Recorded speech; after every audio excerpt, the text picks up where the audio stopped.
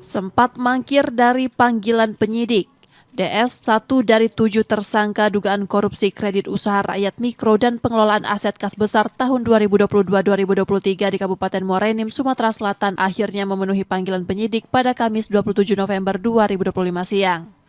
DS kemudian menjalani pemeriksaan sebagai tersangka. Dari hasil pemeriksaan, DS diketahui berperan sebagai perantara dalam pengajuan kredit usaha rakyat. Caranya mereka menggunakan data nasabah untuk mengajukan kredit usaha rakyat fiktif tanpa sepengetahuan nasabah. Total kerugian negara dalam kasus ini sebesar 11,6 miliar rupiah. Usai diperiksa, DS langsung ditahan selama 20 hari ke depan. Tersangka DS hadir di Kejaksaan Tinggi Sumatera Selatan memenuhi surat panggilan tim penyidik Kejaksaan Tinggi Sumatera Selatan untuk dilakukan pemeriksaan sebagai tersangka.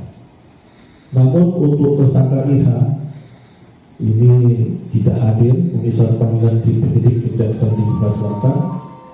Selanjutnya tersangka DS dilakukan pemeriksaan oleh tim penyidik Kejaksaan Tinggi Sumatera Selatan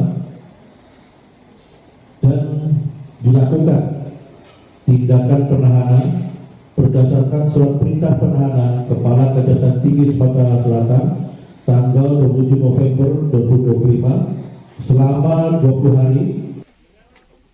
Sementara satu tersangka lain IH masih mangkir dalam panggilan penyidik. Yudi Kiswanto, Kompas TV, Palembang, Sumatera Selatan.